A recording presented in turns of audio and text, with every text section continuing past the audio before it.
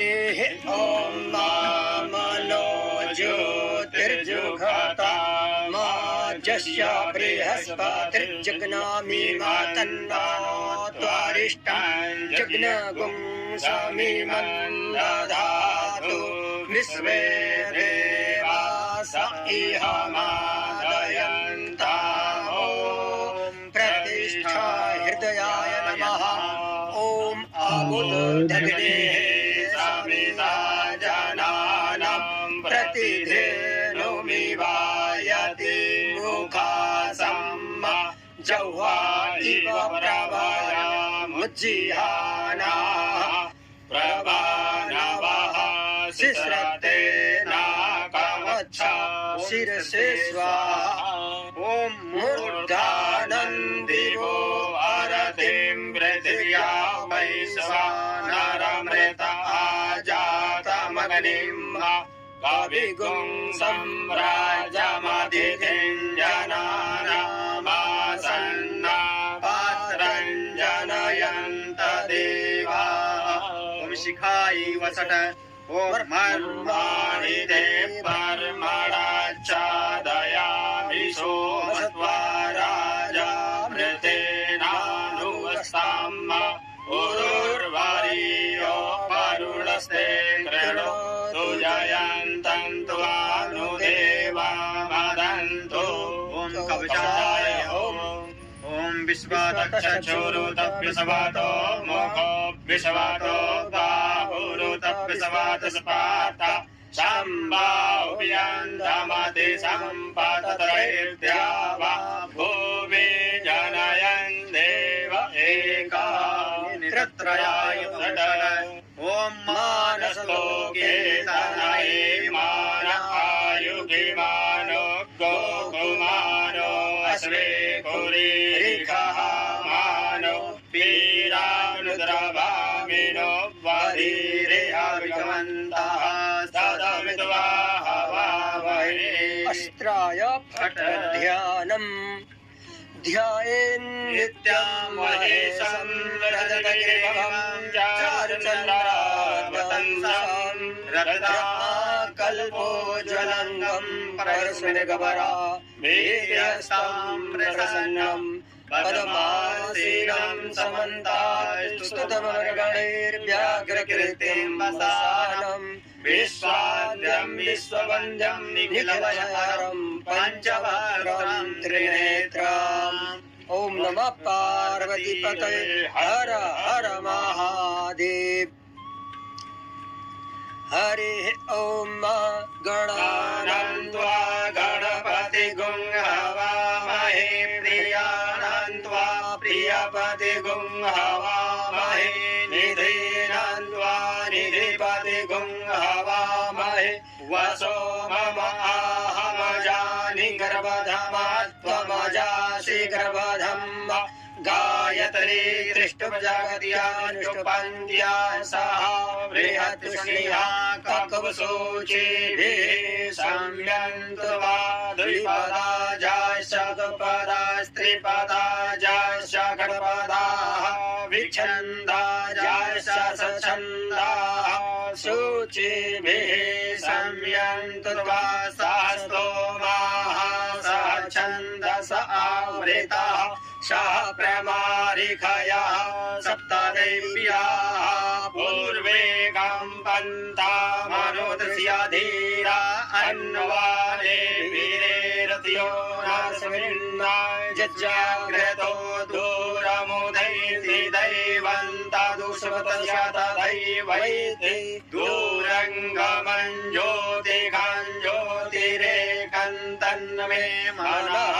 शिवसङ्कल्पमस्तु जेन कर्माण्यपसो मणिखिलो जगते गृह्णवन्ति विदधे कुधीराः जलपूर्वं यक्षमन्तः प्रजानां तन्मे मनः शिवसङ्कल्पमस्तु जलप्रज्ञानमुदचेतो धृतिश्च ज्योतिरन्तरमृतं प्रजासु यस्मान्नरिते किञ्चन कर्म क्रियते तन्मे मनः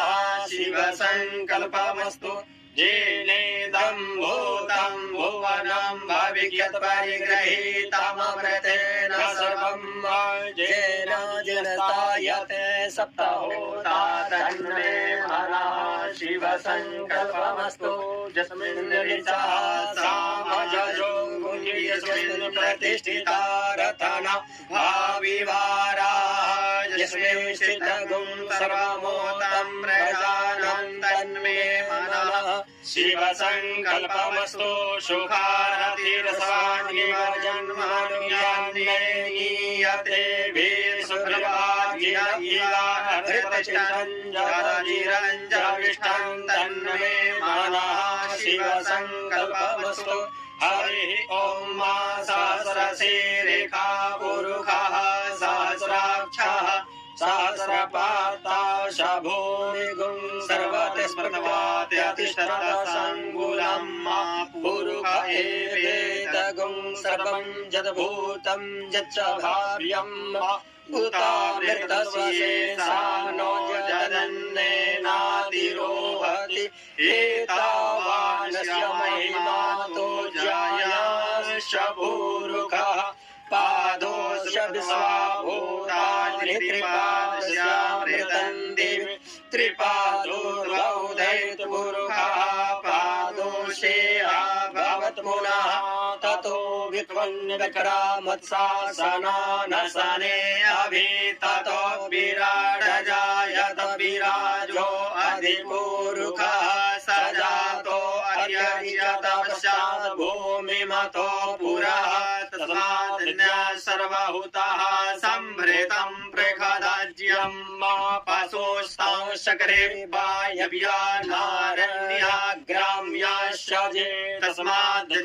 सर्वभूतारिचः सामानि जग्निरे छन्दा गुंसि जग्निरे तस्माद्याजुस्तस्मादजायता तस्मादस्मा अजायन्त जे केचो भयादतः गावो अजग्निरे तस्माज्जाता अजावयः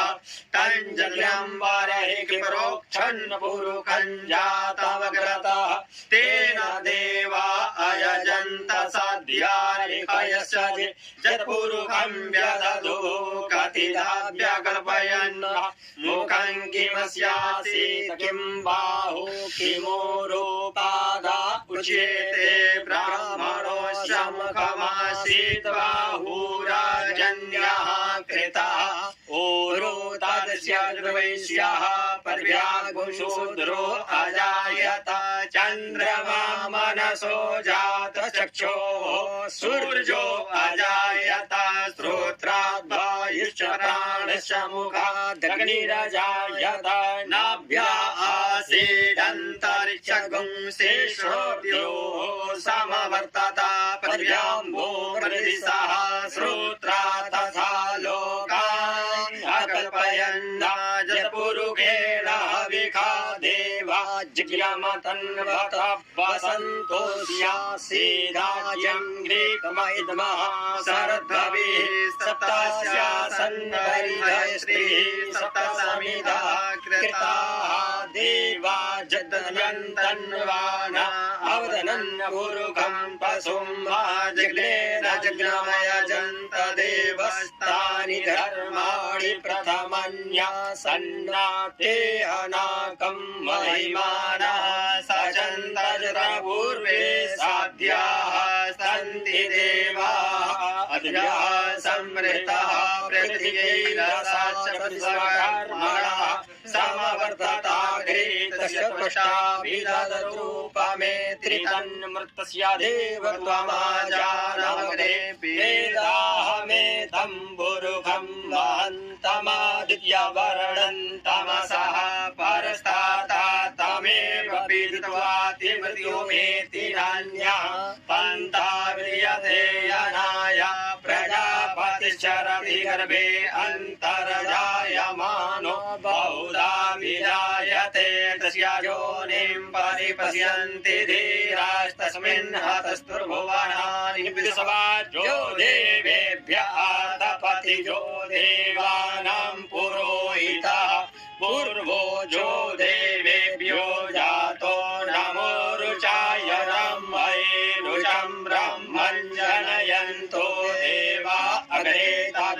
वह्न जस्वैवं ब्राह्मणो विद्यात् स्यादेव आसन्नवासे स्त्रीष्यते लक्ष्मीशावज्ञा महोरात्रे भास्वे नक्षत्राणि रूपमस्मिनो व्यातं इष्णन्निकारा मुम्मयिकारा सर्वलोकम्मयिकारा हरि ओम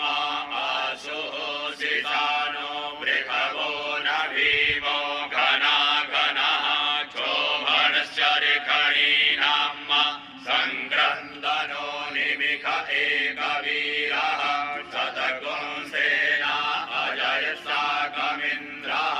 सङ्क्रन्दनेन निमिषेण जिष्णुना युत्कारेण दुष्यवनेन जिष्णुना तदिन्द्रेण जयसा तत्सर्वं युधो नरहिकुहस्तेन वृषणा सहिकुहस्तैः सनिखङ्गविर्वसि सकुंसृष्टाचिसयुध इन्द्रो गणेन सकुंसृष्टाचि सोमपाबाहु सदृढधन्वा प्रतिहिताभिरस्ता बृहस्पते परिदीयारतेन रक्षोहामितराम् अपवादमानः प्रभञ्जन्सेनाः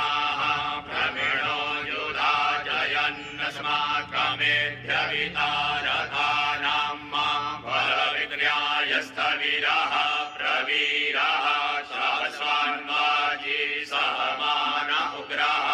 अभिवीरो अभिसत्वा सहोजा जैत्रमिन्द्ररथमाधिष्ठगोविता गोत्रभिदं गोविदं वज्रबाहुं जयन्तमजमप्रमेणन्तमोजसा इमगुं सजातामनुवीरयध्वमिन्द्रगुं सखायो अनुसगुं रभवम् अभिगोत्राणि सहसा गाहमानोदयो वीरः सतमन्युरिन्द्रः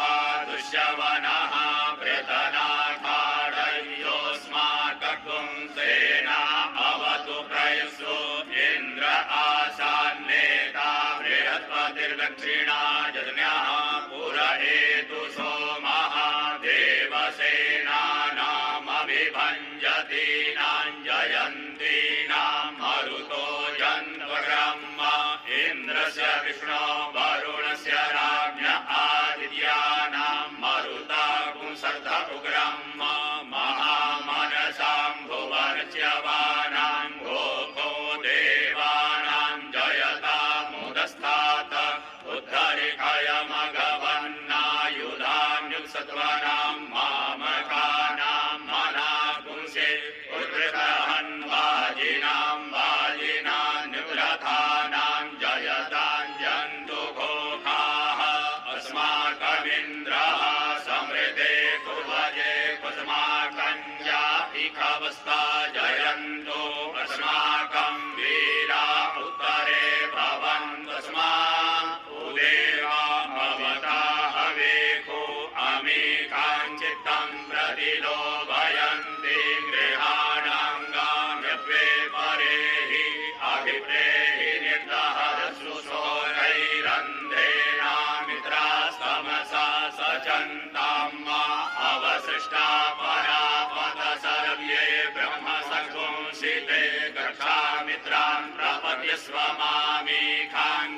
मामीकाङ्कञ्चनोचिकाः प्रेता जयता नर इन्द्रो वः शर्म यक्षतो ग्राः सन्तु बाहवो नादृग्या यथा सत असौजा सेना मरुतः परेखामयैति न ओजसा स्पृशमाना दाङ्गोहत तमसा प्रभृते न जथामि अन्यो अन्यन्न जानन्न यत्र बाणाः सम्पतन्ति कुमाराद्भिशिखा इव तन्न इन्द्रो बृहस्पतिरदितिः शर्म यक्षतु स्वाहा शर्म यक्षतु मर्माणि ते वर्मणाक्षादयामि सोमस्त्वा राजामृतेनानुवस्थाम् पुरोर्वरीयो वरुणस्ते कृणोतु जयन्तन्त्वानुदेवा मदन्तु विभ्राद्भिहत्पिबतु सौम्यं मध्वायुतदजन्यवृहूतं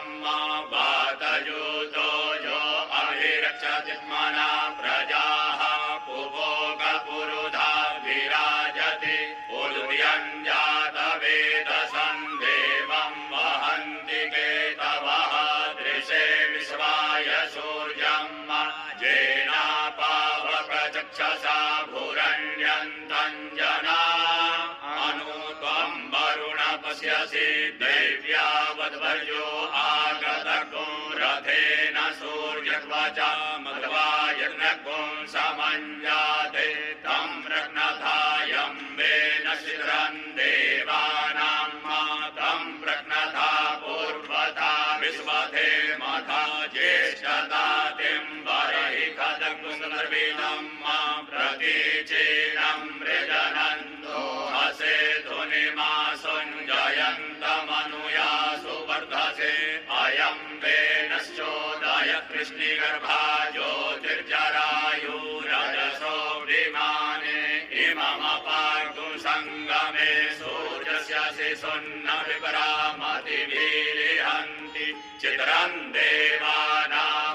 देवानामुदगादनीकं चक्षुर्मित्रस्य वरुणस्याग्नेः आप्राद्या वा पृथिवी अन्तरिक्षगो सूर्य आत्मा जगतस्तुकस्य आन इडाभिर्विदधे सुषस्ति विश्वानरः सविता देव एतो अपि यथा युवानो मत्सधानो विश्वं जगदविविद्वे मनीखा जगज्च वृत्रहन्नुदगा अभिसूर्य सर्वं तदिन्द्रते वसे तरणिर्विश्वदरे सतो ज्योतिष्कृतसि सूर्य विश्वमाभासि रोचनं तत्सूर्यस्य देवत्वं तन्महित्वा मध्या कर्तोर्विततगुं संजभार जदेदयुक्त हरितः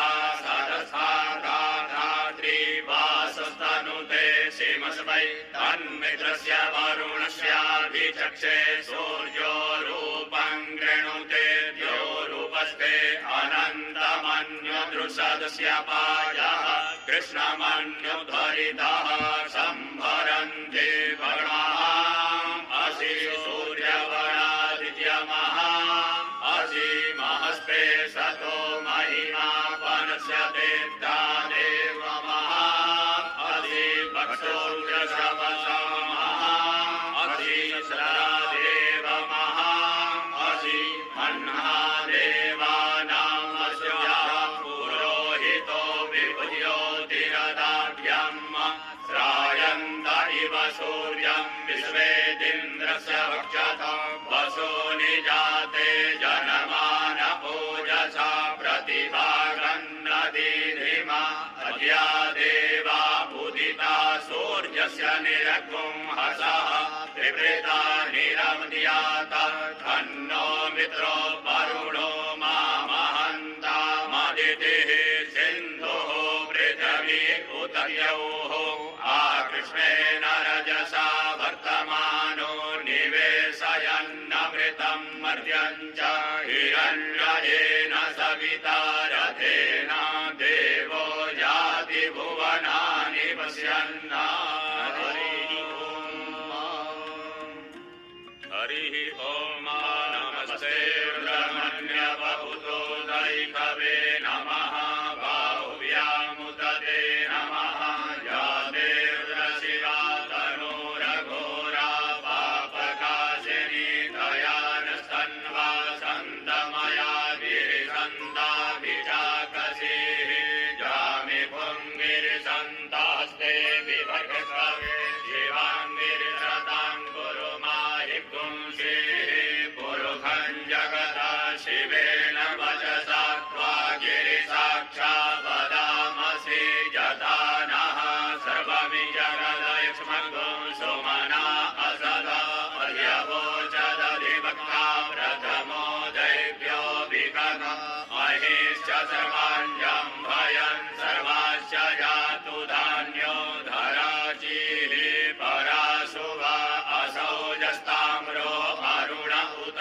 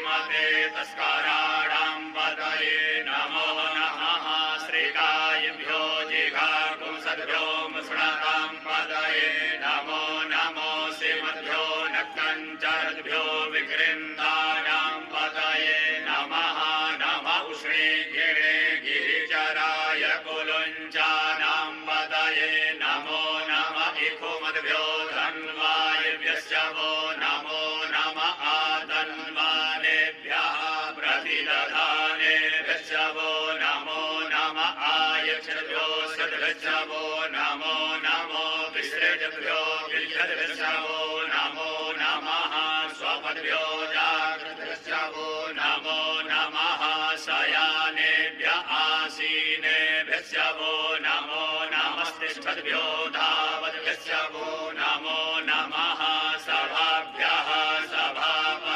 वो नमो नमो स्वेभ्यो स्वपतिभ्यश्च वो नमो नमः आव्याधिनीभ्यो विवियन्तेभ्यश्च वो नमो नमः उगणाभ्यश्च गुंहतेभ्यश्च वो नमो नमो गणेभ्यो गणपतिभ्यश्च वो नमो नमो व्रातेभ्यो व्रातपतिभ्यश्च वो नमो नमो गृहेभ्यो गृहपतिभ्यश्च वो नमो नमो विरूपेभ्यो विश्वरूपेभ्यश्च वो नमो नमः सेनाभ्यः सेनानिभ्यश्च वो नमो नमो रथिभ्यो अरथेभ्यश्च वो नमो नमः छत्रभ्यः सङ्ग्रहीतृभ्यश्च वो नमो नमो महद्भ्यो अर्भकेभ्यश्च वो नमः नमस्तक्षभ्यो रथकारेभ्यश्च वो नमो नमः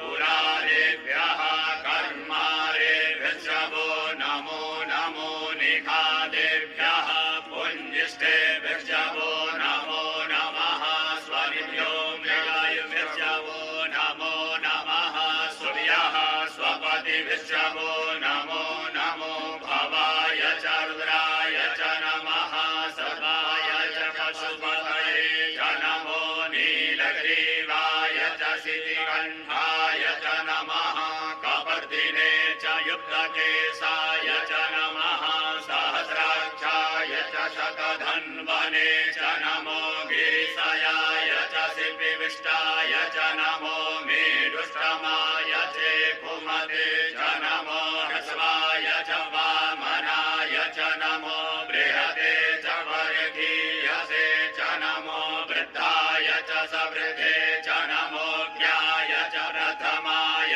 च नमः आशवे च जिराय च नमः शीघ्राय च शिभ्याय च नमः ऊर्म्याय च वस्वन्याय च नमो नादेयाय च द्विभ्याय च नमो ज्येष्ठाय च कनिष्ठाय च नमः पूर्वजाय च परजाय च नमो मध्यमाय च पगल्भाय च नमो जघन्याय च बुधन्याय च नमः शोभ्याय च प्रतिसर्जाय च नमो जाम्याय च क्षेम्याय च नमः श्रोग्याय च वसन्याय च नमः उर्वर्याय च खल्याय च नमो वन्याय च कक्ष्याय च नमः श्रवाय च प्रतिश्रवाय च नमः आशुकेणाय च सुरथाय च नमः शूराय च वभेदिने च नमो बिल्विने च कवचिने च नमो वर्मिणे च वरोधिने च नमः श्रुताय च श्रुतसेनाय च नमो दुन्दुव्याय च हनन्याय च नमो धृष्णवे च प्रमृषाय च नमो निखङ्गिणे च बुधिमते च नमस्तीक्ष्णे भवे च युधिने च नमः स्वायुधाय च सुधन्वने च नमः श्रुत्याय च पत्याय च नमः काट्याय च नीप्याय च नमः कुल्याय च सरस्याय च नमो नादेयाय च वैशन्ताय च नमः कूप्याय च वट्याय च नमो विद्याय च तप्याय च नमो मेघ्याय च विद्युत्याय च नमो वर्षाय च वर्ष्याय च नमो वात्याय च रेम्याय च नमो वास्तव्याय च वास्तुपाय च नमः सोमाय च रुद्राय च नमस्ताम्राय च अरुणाय च नमः सङ्गवे च पशुपतये च नमः उग्राय च भीमाय च नमो ग्रेवधाय च दूरे वधाय च नमो हन्त्रे च हनीयसे च नमो वृक्षेभ्यो हरिकेशेभ्यो नमस्काराय नमः शम्भवाय च मयोद्भवाय च नमः शङ्कराय च मयस्कराय च नमः शिवाय च शिवतराय च नमः पार्याय च वार्याय च नमः प्रतरणाय चोत्तरणाय च नमस्तीर्थ नित्याय च कुल्याय च नमः सक्याय च फेन्याय च नमः सिगत्याय च प्रभाज्याय च नमः किपुंशिलाय च क्षयनाय च नमः कपतिने च पुरस्ताये च नमः हिरण्याय च प्रपद्याय च नमो गृह्याय च गोष्ठ्याय च नमस्कल्प्याय च गेह्याय च नमो हृदयाय च निवेक्याय च नमः काट्याय च गौवरेष्ठाय च नमः सुख्याय च हरित्याय च नमः वागुंसव्याय च रजस्याय च नमो लोभ्याय चोरव्याय च नमः ऊर्व्याय च सूर्व्याय च नमः पर्णाय च पर्णसदाय च नमः उद्गुरमाणाय च विघ्नते च नमः आखिदते च प्रखिदते च नमः इगुकृभ्यो धनुष्कृभ्यश्च वो नमो नमो वाहाकिरिकेभ्यो देवानागुहृदयेभ्यो नमो विचिन्वत्केभ्यो नमो विक्षिणत्केभ्यो नमः आनिर्हयेभ्यः ग्रावे अन्धसस्पते दरिद्रनीललोहित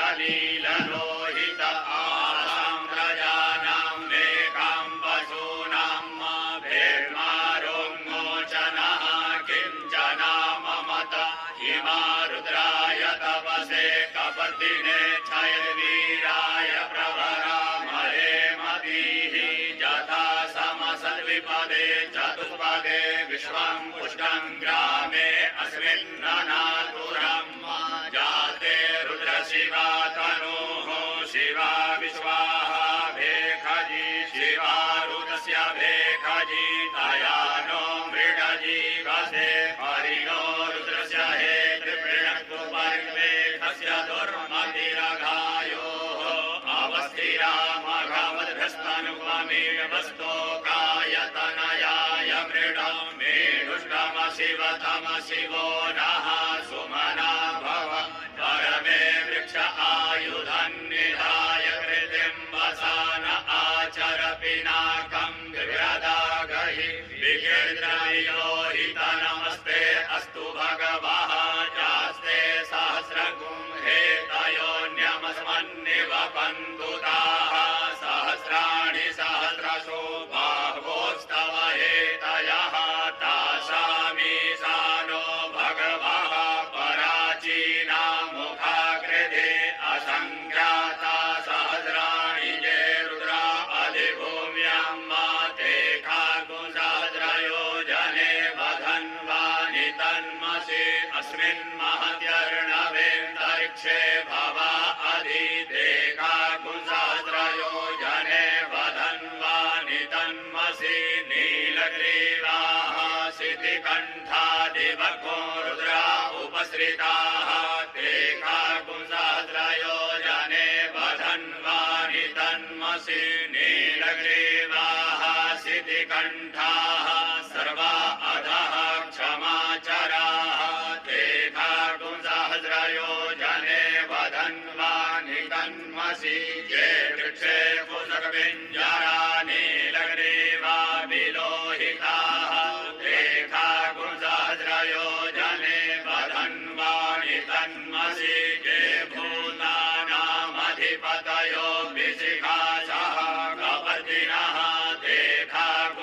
खागुसहस्रयोजने वधन्वानि तन्मसि ये पथां पथिरक्षय ऐलवृता आयुर्युधः ते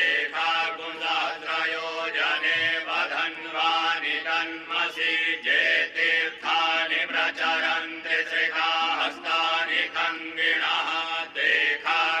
खागुसहस्रयोजने वधन्वानि तन्मसि ये खुबि विहन्ति पात्रे खुबि बतो जनान्ना ते खागुसहस्रयोजने वधन्वानि तन्मसि जथेतावन्तस्य भूयागुंसदिशो रुद्रावितस्थिरे ते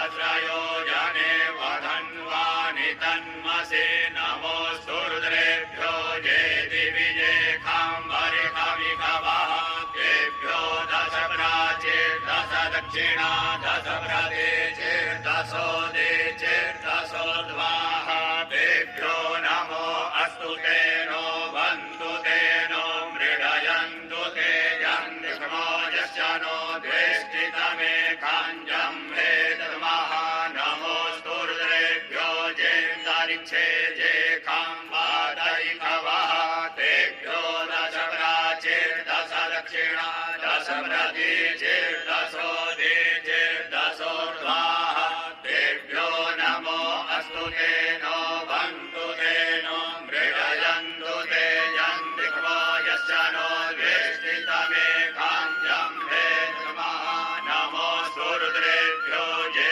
पृथिव्यां मेघामन्नमिकवः तेभ्यो दश प्राचीर्दश दक्षिणा दश प्रदेशेर्दशो देशेर्दशोर्ध्वाः तेभ्यो नमो अस्तु तेनो बन्धु तेनो मृडयन्तु ते यन्निष्मो यस्य नो द्वेष्टितमे काञ्जं वेदमः हरिः ॐ वयकुं सोमव्रते तव मनस्तनूः बिभ्रतः प्रजावन्तः सचेमहि एकते रुद्रभागः सहस्राम्बिकया तञ्जुखस्वस्वाहैकते रुद्रभाग आकुस्ते पशुः अवरुद्रमदीमजवदेवं त्र्यम्बकम् जथानो वस्य संस्करद्यथानः श्रेयसंस्करद्यथानो व्यवसाययात भेखजमसि भेखजङ्गवेश्वाय पुरुखाय भेखजम् सुखं मेघाय मेघ्यै त्र्यम्बकं जजामहे सुगन्धिं पुष्टिवर्धनम् उर्वारुकमिव बन्धनान् मृत्योर्मुक्षीयमामृतात् त्र्यम्बकं जजामहे सुगन्धिं पतिवेदनम् उर्वारुकमिव बन्धनादितो मुक्षीयमामुतः एतत्ते रुद्रावसन्तेन परो मूजवतोतिः अवततधन्वापि नागावसः कृत्तिवासा अहिगुं सन्नः शिवोतिः त्र्यायुखं च मदग्नेः कश्यपस्य त्र्यायुखम् जदेवे कुत्र्यायुखं तन्नो अस्तु त्र्यायुखम् शिवो नामासि स्वदितिस्ते पिता नमस्ते अस्तु मामाहि गुंसेः निवर्तयाम्यायुखेनाद्याय प्रजननाय राय स्पोकाय सुप्रजास्वाय सुवीर्याय हरिः ॐ उग्रश्च भीमश्च ध्वान्तश्च धूलिश्च सासुवाश्चाभियुवा च विक्षिपः स्वाहा अग्निगुं हृदयेनाशनिगुं हृदयाग्रेण पशुपतिं कृष्ण हृदयेन भवञ्जग्ना सर्वं मतस्नाभ्यामीशानं मन्युना महादेवमन्तः परेशव्येनोग्रं देवं वरिष्ठुना वसिष्ठहनु शिङ्गीनिकोश्याभ्याम् उग्रं लोहितेन मित्रगुं सौभृत्येन रुद्रं दोर्भृत्येनेन्द्रं प्रक्रीडेन मरुतो बलेन साध्यान्वमुदा भवस्य कण्ठगुं रुद्रस्यान्तः पास्यं महादेवस्य च कृच्छ्रवस्य वनिष्ठो पशुपतेः पुरी तत लोमभ्यः स्वाहा लोमभ्यः स्वाहा त्वचे स्वाहा त्वचे स्वाहा लोहिताय स्वाहा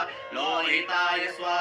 मेदोभ्यः स्वाहा मेदोभ्यः स्वाहा मागुसेभ्यः स्वाहा मागुसेभ्यः स्वाहा स्नावभ्यः स्वाहा स्नावभ्यः स्वाहा स्तभ्यः स्वाहा स्तभ्यः स्वाहा मजभ्यः स्वाहा मजभ्यः स्वाहा रेतसे स्वाहा पायवे स्वाहा आयासाय स्वाहा प्रायासाय स्वाहा संजासाय स्वाहा बियासाय स्वाहोद्यासाय स्वाहा शुचे स्वाहा शोचते स्वाहा शोचमानाय स्वाहा शोकाय स्वाहा तपसे स्वाहा तप्यते स्वाहा तप्यमानाय स्वाहा तप्ताय स्वाहा धर्माय स्वाहा निकृत्यै स्वाहा प्रायश्चित्तै स्वाहा भेकजाय स्वाहा जमाय स्वाहान्तकाय स्वाहा मृत्यवे स्वाहा ब्रह्मणे स्वाहा ब्रह्महत्यायै स्वाहा विश्वेभ्यो देवेभ्यः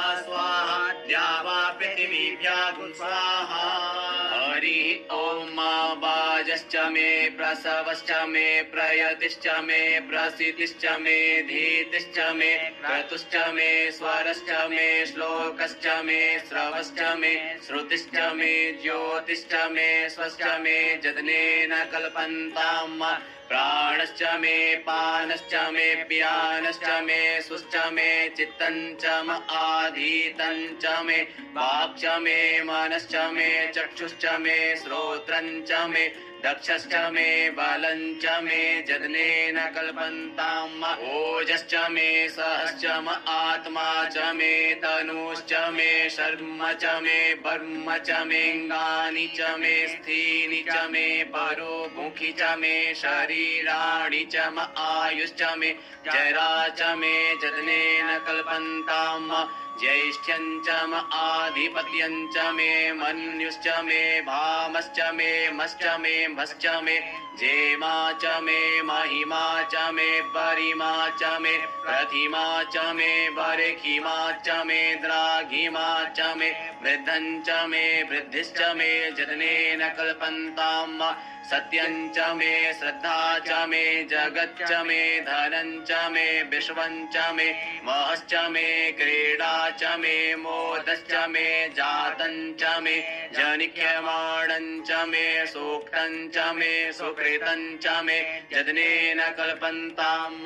ऋतञ्च मे मृतञ्च मे यक्ष्मञ्च मे नामयच्च मे जीवातुश्च मे दीर्घायुत्वञ्च मे नमित्रञ्च मे भयञ्च मे सुखञ्च मे शयनञ्च मे सुखाश्च मे सुदिनञ्च मे जदनेन कल्पन्ताम् जन्ता च मे धर्ता च मे क्षेमश्च मे धृतिश्च मे विश्वञ्च मे महश्च मे संविच्च मे ज्ञात्रञ्च मे सूश्च मे प्रसूश्च मे क्षीरञ्च मे लयश्च मे जदनेन कल्पन्ताम् शञ्च मे मयश्च मे प्रियञ्च मे नुकामश्च मे कामश्च मे सौमनसश्च मे भागश्च मे द्रविणञ्च मे भद्रञ्च मे श्रेयश्च मे वसीयश्च मे जश्च मे जदनेन कल्पन्ताम् ऊर्च मे सुनृता च मे पयश्च मे रसश्च मे घृतञ्च मे मधु च मे सग्धिश्च मे सपीतिश्च मे कृकिश्च मे वृष्टिश्च मे चैत्रञ्च म औद्भिद्यञ्च मे जदनेन कल्पन्ताम् रयिश्च मे रायश्च मे पुष्टञ्च मे पुष्टिश्च मे विभुश्च मे प्रभुश्च मे पूर्णञ्च मे पूर्णतरञ्च मे गुह्यवञ्च मे क्षितञ्च मे नञ्च मे क्षुच्च मे जदनेन कल्पन्ताम् विद्यञ्च मे वेद्यञ्च मे भूतञ्च मे भविष्यच्च मे सुगञ्च मे सुपथ्यञ्च मरिद्धञ्च मरिद्धिश्च मे कृतञ्च मे कृतिश्च मे मतिश्च मे सुमतिश्च मे जदनेन कल्पन्ताम् व्रीहयश्च मे जवाश्च मे माखाश्च मे तिलाश्च मे मुद्गाश्च मे खल्वाश्च मे प्रियङ्गवश्च मे णवश्च मे श्यामाकाश्च मे नीवाराश्च मे गोधूमाश्च मे मसूराश्च मे जदनेन कल्पन्ताम् अश्मा च मे मृत्तिका च मे गिरयश्च मे पर्वताश्च मे सिकताश्च मे वनस्पतयश्च मे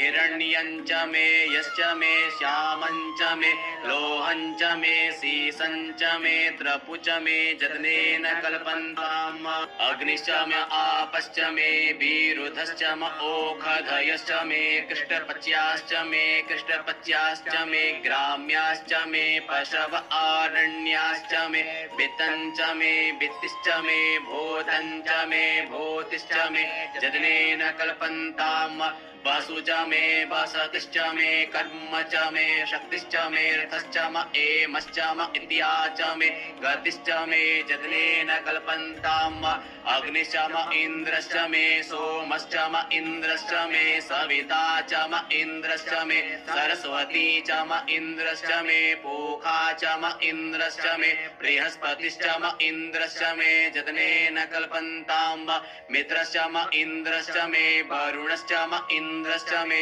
धाता च म इन्द्रश्च मे त्वष्टा च म इन्द्रश्च मे मरुतश्च म इन्द्रश्च मे विश्वे च मे देवा इन्द्रश्च मे जतनेन कल्पन्ताम् पृथिवी च म इन्द्रश्च मेऽन्तरिक्षं च म इन्द्रश्च मे द्यौश्च म इन्द्रश्च मे समाश्च म इन्द्रश्च मे नक्षत्राणि च म इन्द्रश्च मे दिशश्च म इन्द्रश्च मे जतनेन कल्पन्ताम् अगुंशुश्च मे रश्मिश्च मे दाभ्यश्च मे धीपतिश्च म उपागुंसुश्च मेऽन्तर्जामश्च म ऐन्द्रवायवश्च मे मैत्रावरुणश्च म आश्विनश्च मे प्रतिप्रस्थानश्च मे शुक्रश्च मे मन्थी च मे जतनेन कल्पन्ताम्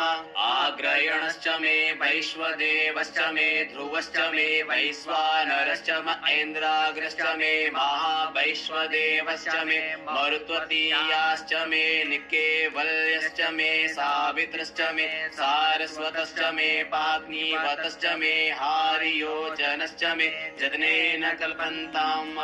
रुचश्च मे चमसाश्च मे वायव्यानि च मे द्रोणकलशश्च मे ग्रावाणश्च मे धिखवणी च मे भूतभिश्च म आधवनीयश्च मे वेदिश्च मे बर्हिश्च मे ववृथश्च मे स्वगाकारश्च मे जतनेन कल्पन्ताम् अग्निश्च मे घर्मश्च मे कश्च मे सूर्यश्च मे प्राणश्च मे श्वमेधश्च मे पृथिवी च मे दितिश्च मे दितिश्च मे द्यौश्च मे मूलयः शक्वरयो दिशश्च मे जतनेन कल्पन्ताम् व्रतञ्च मरितवश्च मे तपश्च मे संवत्सरश्च मे होरात्रे पूर्वष्टिवे बृहद्रथन्तरे च मे जतनेन कल्पन्ताम् एका च मे तिस्रश्च मे तिस्रश्च मे पञ्च च मे पञ्च च मे सप्त च मे सप्त च मे नव च मे नव च म एकादश च म एकादश च मे त्रयोदश च मे त्रयोदश च मे पञ्चदश च मे पञ्चदश च मे सप्तदश च मे सप्तदश च मे नवदश च मे नवदश च म एकविंशतिश्च म एकविंशतिश्च मे त्रयोविंशतिश्च मे त्रयोविंशतिश्च मे पञ्चविंशतिश्च मे पञ्चविंशतिश्च मे सप्तविंशतिश्च मे सप्तविंशतिश्च मे नवविंशतिश्च मे नवविंशतिश्च म एकत्रिंशच्च म एकत्रिंशच्च मे त्रयस्त्रिंशच्च मे जतनेन कल्पन्ताम् चतस्रश्च मे ष्टौ च मे ष्टौ च मे द्वादश च मे द्वादश च मे षोडश च मे षोडश च मे विंशतिश्च मे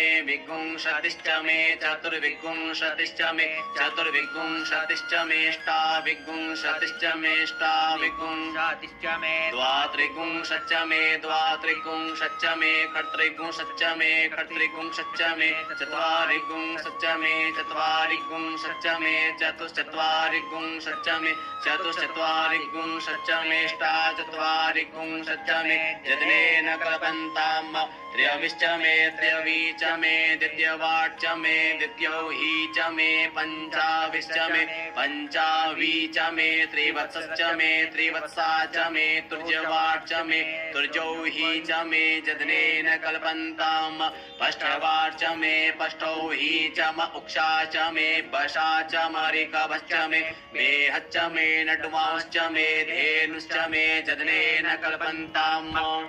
वाजाय स्वाहा प्रसवाय स्वाहा बीजाय स्वाहा क्रतवे स्वाहा बसवे स्वाहा पतये स्वाहा नेमुग्धाय स्वाहा मुग्धाय वैनगुंशिनाय स्वाहा विनगुंशिन आन्त्याय नाय स्वाहान्त्याय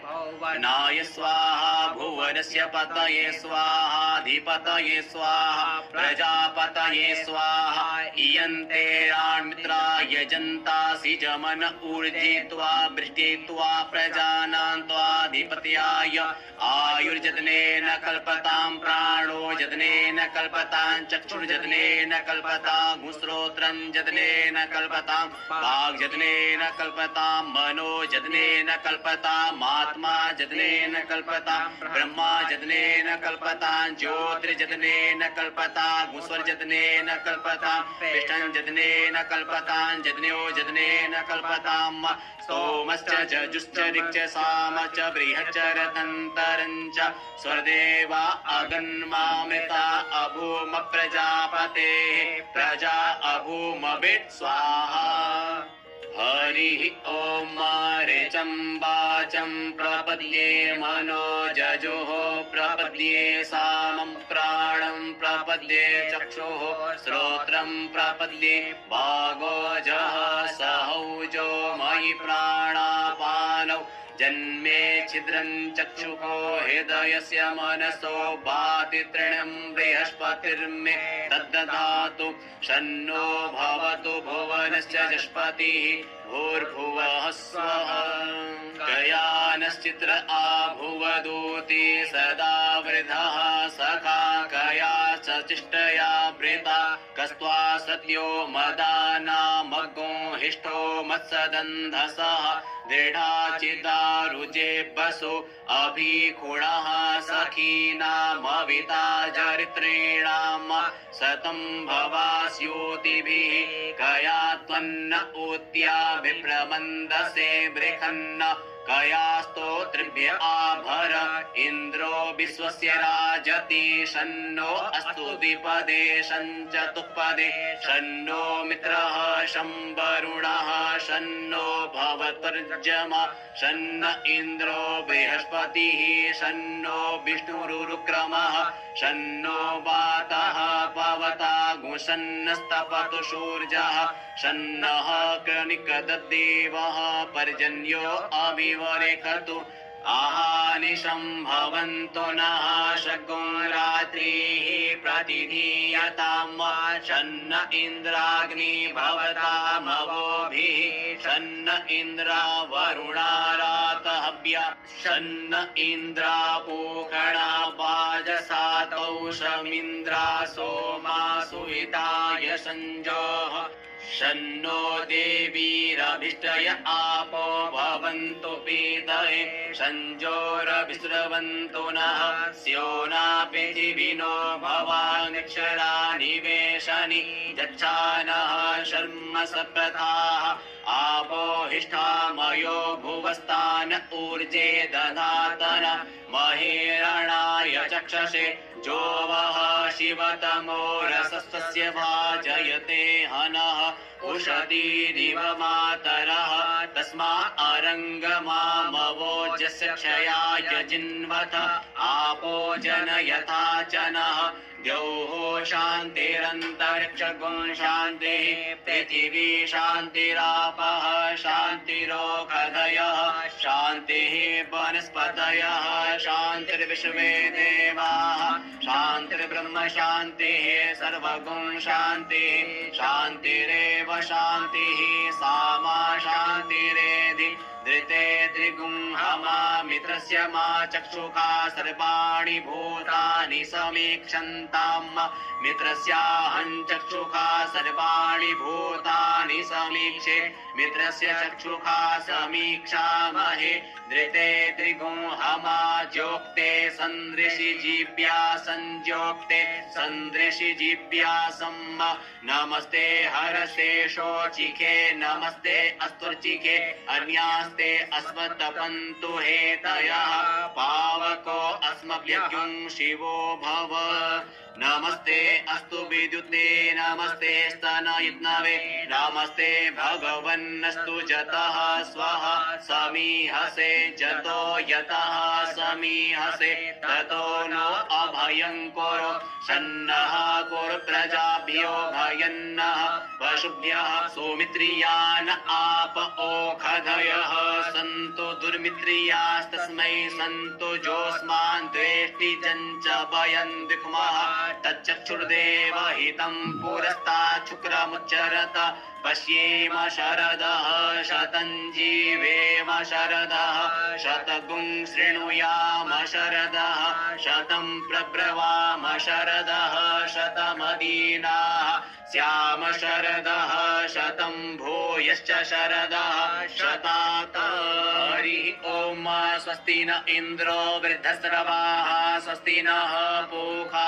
विश्ववेदाः स्वस्ति नस्तार्क्ष्यो अरिष्टनेमिः स्वस्ति नो बृहस्पतिर्दधातु पयः पृथिव्यां पय ओषधीः पयो दिव्यन्तरिक्षे पयोधाः पयस्वतीः प्रदिशः सन्तु मह्यम् विष्णोरराटमसि विष्णोश्चत्रेस्थो विष्णोः स्योरसि विष्णोर्ध्रुवोऽसि वैष्णवमसि विष्णवे त्वा अग्निर्देवता वातो देवता सूर्यो देवता चन्द्रमा देवता वसवो देवता रुद्रा देवता आदित्या देवता मरुतो देवता विश्वे देवा देवता बृहस्पतिर्देवतेन्द्रो देवता वरुणो देवता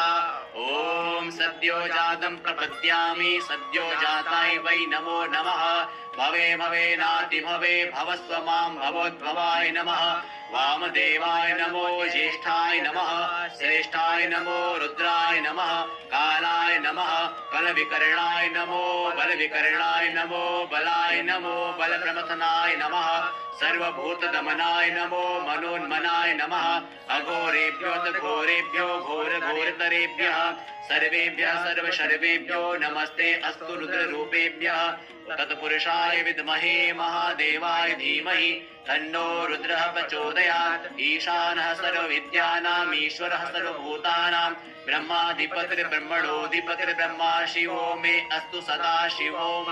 शिवो नामासि स्वधितिस्ते पिता नमस्ते अस्तु मामाहि गुंसीः निवर्तयाम्यायुखेन्नाद्याय प्रजननाय रायस्कोखाय सुप्रजास्त्वाय सुवीर्याय विश्वानि देव सवितर्दुरितानि परासुव जगद्भद्रन्तन्न आसुव द्योः शान्तिरन्तरिक्षगुं शान्तिः पृथिवी शान्तिरापः शान्तिरोकनयः शान्तिः वनस्पतयः शान्तिर्विश्वे देवाः शान्तिर्ब्रह्म शान्तिः सर्वगुं शान्तिः शान्तिरेव शान्तिः सामा शान्तिरेधि ॐ सर्वे काम्बा एकवेदानागुरसो यत्साम सर्वे कामे वैनमे तद्वेदानागुरसे नाविकिञ्चति ॐ शान्ति शान्ति शान्तिः सुशान्तिर्भवतु सर्वादिष्ट शान्तिर्भवतु।